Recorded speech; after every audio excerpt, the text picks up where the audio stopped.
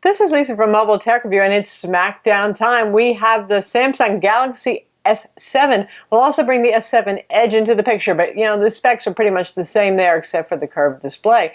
And we have the new contender, the HTC 10. HTC is back with a very good phone. As you might expect for two flagship phones that are priced similarly, they have an awful lot in common. These days, there's not usually many unique features that set smartphones apart, but it's in the subtle details where you got to pick which one you like best. And we're going to compare them now.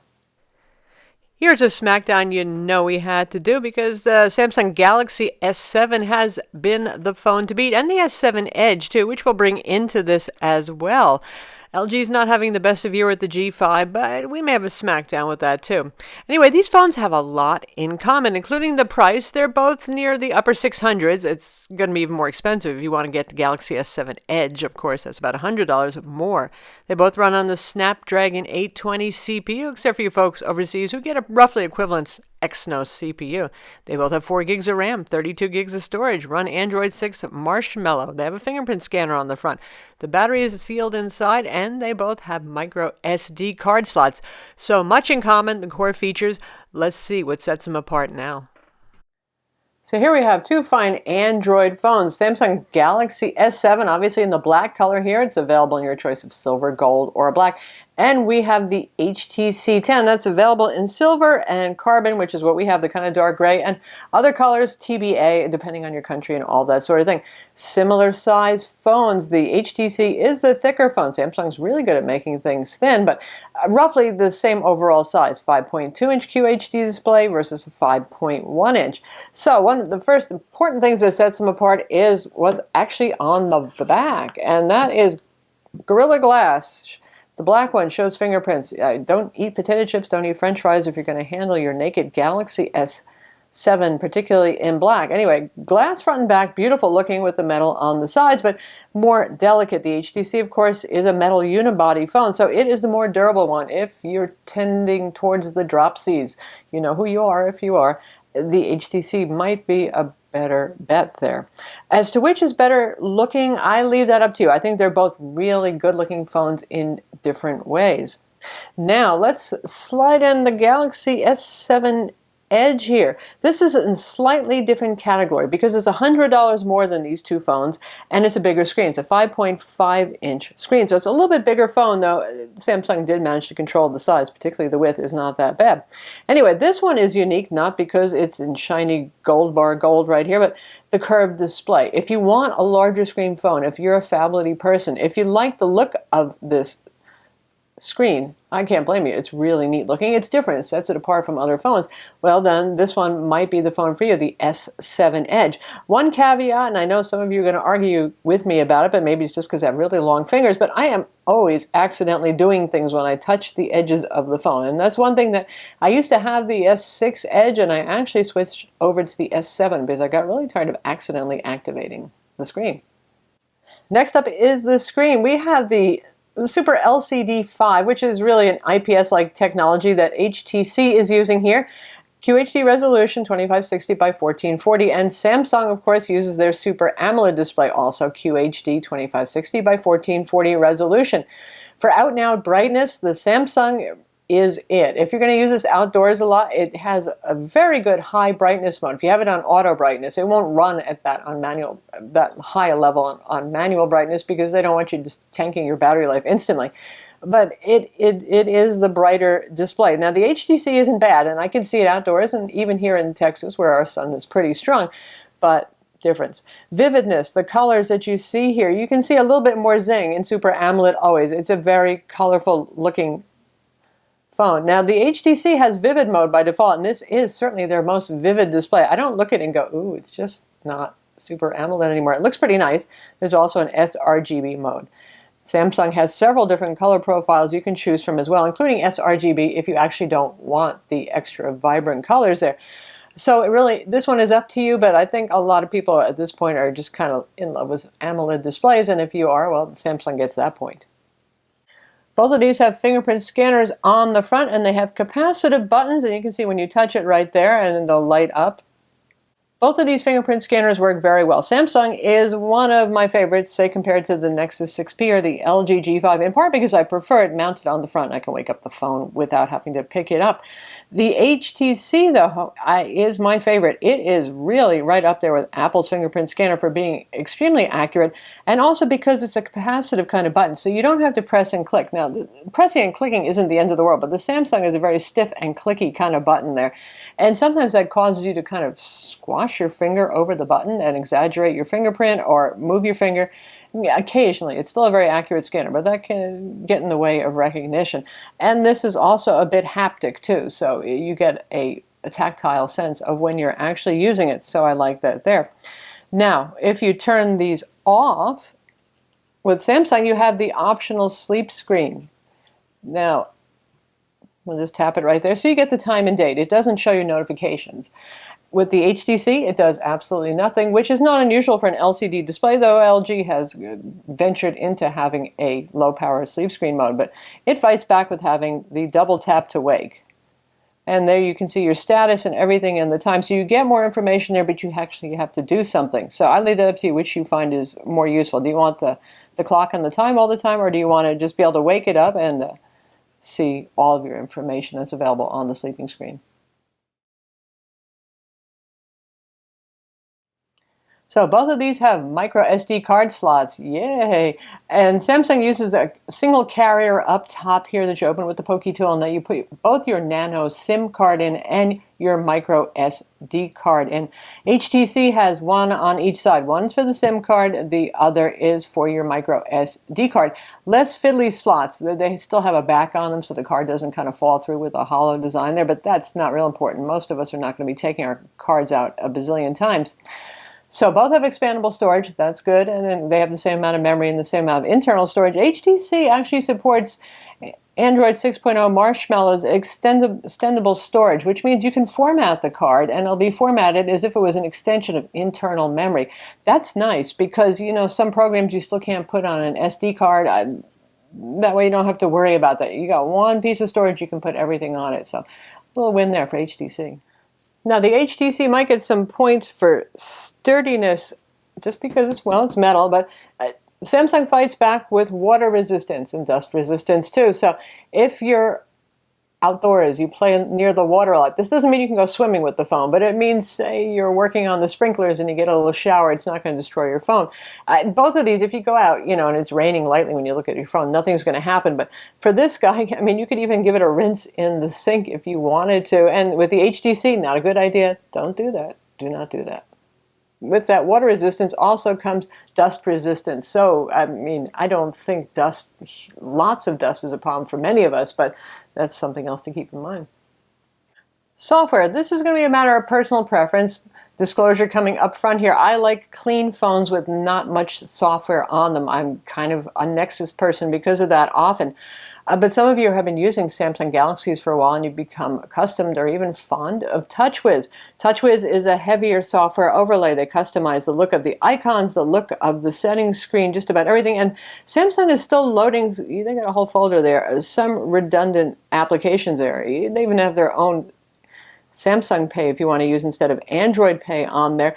And HTC went with no duplicate apps this time, and we applaud them there. It was always so confusing for people, and HTC had their own image editor. Of course, there was the stock Android one, likewise with the music player. So very clean, very light, very tasteful. You get blink feed for a news feed on that side screen if you want to have it. Everything else is just, when they enhance something, it's tasteful, it's to a point, and there's not much of it. Of course, for Samsung, they do have a couple of features that I really like the split screen multitasking. One could argue that on a small screen phone that it's not the most useful thing, but I think a lot of people like it, and I like Smart Stay a lot. The one that uses the front camera, keeps an eye on you, doesn't turn off the screen if you're taking your time reading. Cameras. Both of these have 12 megapixel cameras. This year, less is more. Instead of raising megapixels, they're actually improving quality, doing things like using larger sensor sites for better low light performance. Both of these have two-tone flashes that you can see right there. A little bit more obvious on the HTC, the way they've colored that one. Both are excellent cameras. Both offer you optical image stabilization. HTC adds a little something extra. They have optical image stabilization for the front camera too. Even if you're drunk when you're taking a selfie, it'll probably look better. If you're in dark environment. It's going to help. It's going to look better. Now for the main rear cameras, we have a couple of sample photos to slot in for you so you can see the difference between the cameras. Right now, the HTC is pre-release, and in fact, we just got a software update today. There probably will be more. My complaint with the HTC is it sometimes overexposes just a little bit, only a little bit, but it does, and not all the time. And aesthetically, this really depends on you. Samsung tends to take more cool and high contrast photos. That's pretty trendy right now. That means more towards the blues, kind of. HTC takes warmer photos that would be better for if you shoot a lot of people. People look more rosy, more healthy, that sort of thing. So you'll see those obvious differences, I think, in the pictures that we'll present to you. That said, they're both very good cameras. I think a lot of people are going to prefer the Galaxy for its higher contrast and its more predictable exposure. Like I said, the HTC isn't messing up exposure a lot, but it's there just a little bit. But happily, unlike last year's HTC One M9, which was just kind of everything was wrong with the camera processing software, fixing something like exposure is super easy, and I do hope that they do that with the software update.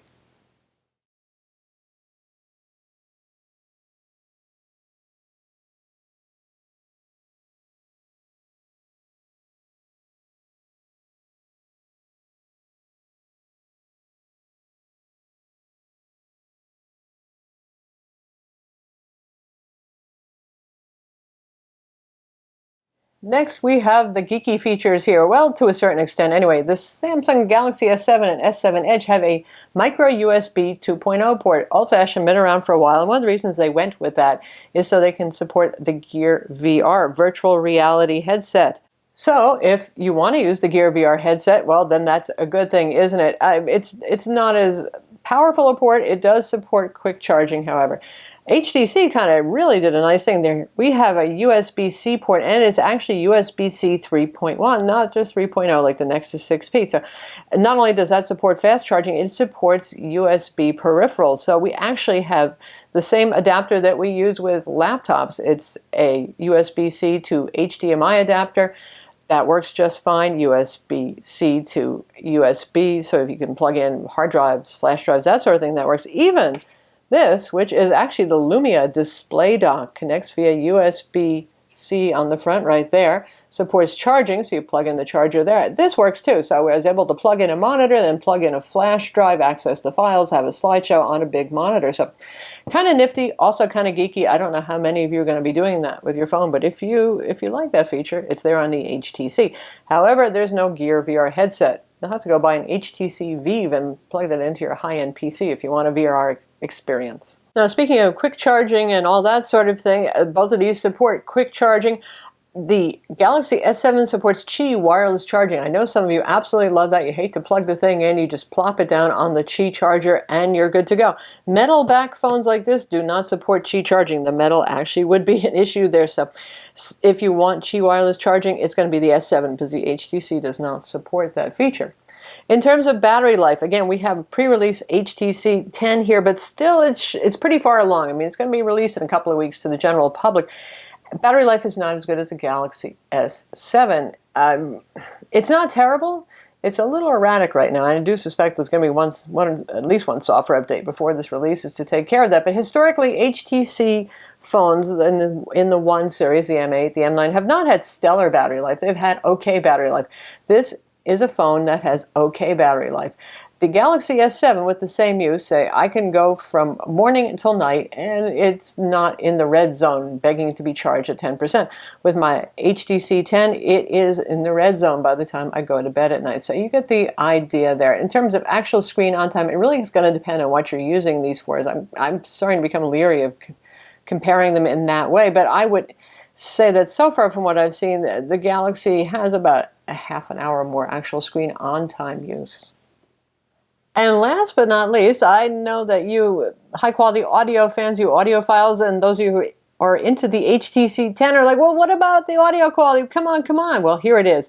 The HTC 10 has really superb audio quality through headphones. They have a 24-bit high-quality audio DAC. They have a separate amplifier for the headphones. That's an HTC thing. They're really into Audio quality. Boom sound speakers have changed here. You have the tweeter up top and the woofer at the bottom. The Samsung has decent audio quality. It's not bad at all, but it's not nearly as good. It has a single mono speaker at the bottom. And we'll just play a little bit so you can hear the built-in speakers.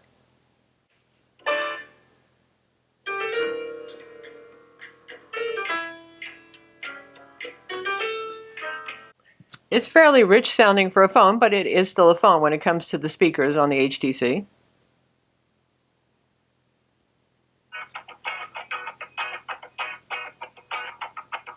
Well, I guess it would be nice if I could. And you can hear the difference there. That the Samsung sounds much more like your average phone, a lot thinner. There you go. Audio quality, hands down. HTC, don't think anybody's going to argue that point. So there you have it, Samsung Galaxy S7 and the S7 Edge versus the HTC 10. Either way, you're getting a really nice phone. As you can see, performance is going to be pretty much the same on both of these. The screen resolution is the same. Samsung fights with the brighter AMOLED display. HTC fights back with this great metal construction here that's more durable, obviously, especially if you're kind of klutzy with your phone. Cameras, they're both quite good. Samsung still has the edge there, but this is pretty close. And I think that HTC, with a few tweaks, is going to really bring the camera really up to snuff. Either way, like I said, you're getting a really fine phone. I'm Lisa from Mobile Tech Review. Be sure to watch our video reviews of each of these phones, read our written reviews, and subscribe to our YouTube channel for more cool tech videos.